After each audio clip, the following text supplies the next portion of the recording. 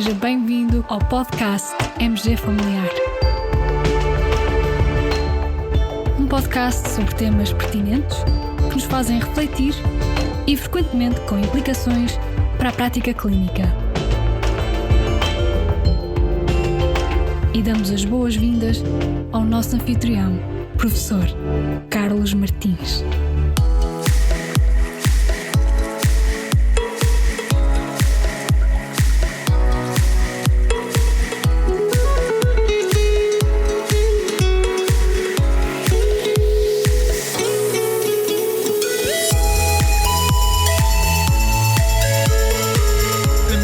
Carolina foi estudada na consulta de imunoalergologia pediátrica e chegou-se à conclusão que apresenta alergia ao ovo. A mãe coloca a seguinte pergunta: recordo que logo a seguir ao parto senti uma vontade enorme de comer ovos ao pequeno almoço.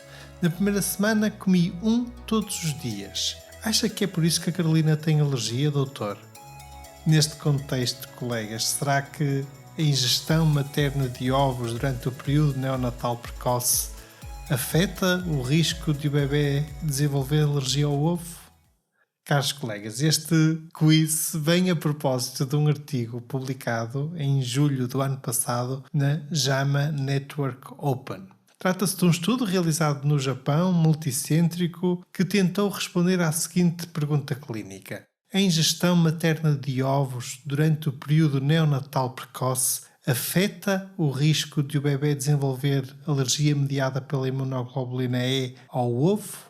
Em relação a este tema, nós já sabemos que o consumo precoce de ovo pelas crianças, nomeadamente pelos bebés entre os 3 e os 6 meses de idade, pode reduzir o risco de desenvolvimento de alergia ao ovo em bebés com esse risco aumentado. Por exemplo, filhos de pais com história de doenças atópicas. No entanto, continua a ser algo incerto, ou pelo menos era antes deste estudo, se o consumo materno de ovos na mulher a fazer aleitamento e, portanto, logo no período neonatal precoce, afetaria ou não esse risco. E daí a pertinência deste estudo.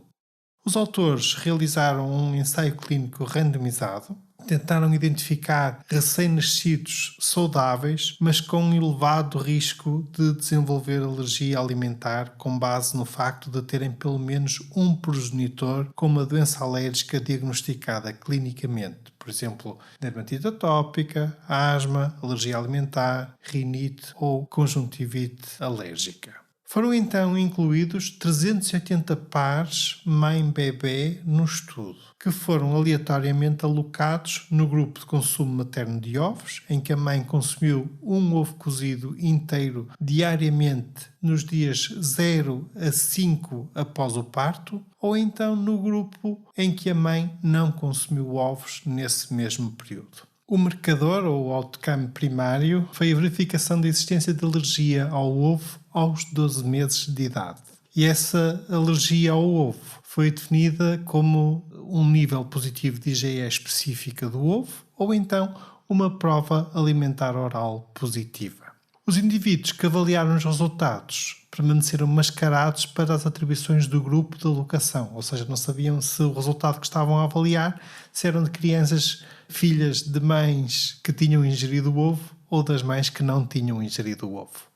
O seguimento completo ocorreu em 96,6% dos bebés aos 12 meses, ou seja, não tivemos perdas significativas de seguimento, o que é sempre positivo. E em relação aos resultados, utilizando quer a análise por intenção de tratar, quer a análise por protocolo, o desenvolvimento de alergia ao ovo aos 12 meses ocorreu de forma semelhante, quer nos grupos de bebés cujas mães ingeriram ovo, quer no grupo de bebés em que as mães não ingeriram ovo, não se tendo verificando diferenças estatisticamente significativas.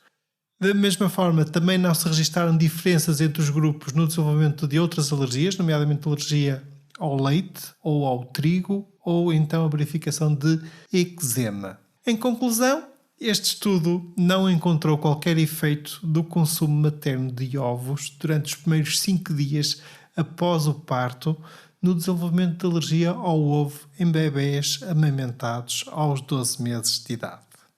Então, em relação ao nosso quiz, colegas, a ingestão materna de ovos durante o período neonatal precoce não aumenta, de acordo com este estudo, o risco de o bebê desenvolver alergia ao ovo quando depois tiver então os 12 meses.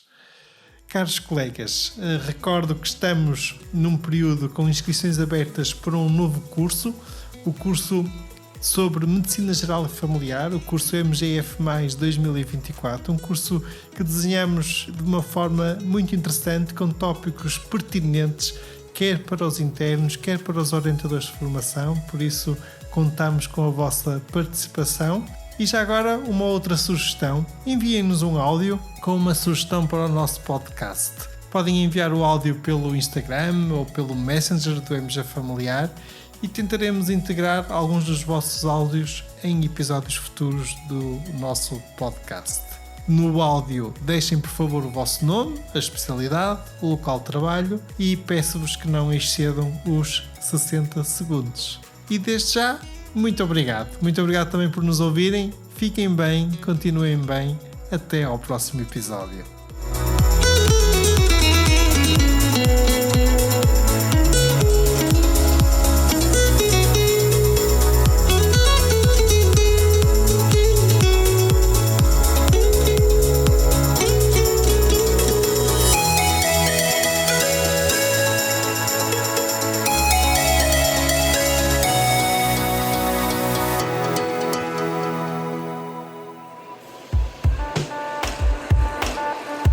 E terminamos assim esta edição do podcast MG Familiar. Muito obrigada por nos ouvir. Se desejar completar a sua leitura, muitos dos conteúdos abordados neste podcast estão disponíveis em www.mgfamiliar.net. Até ao próximo episódio.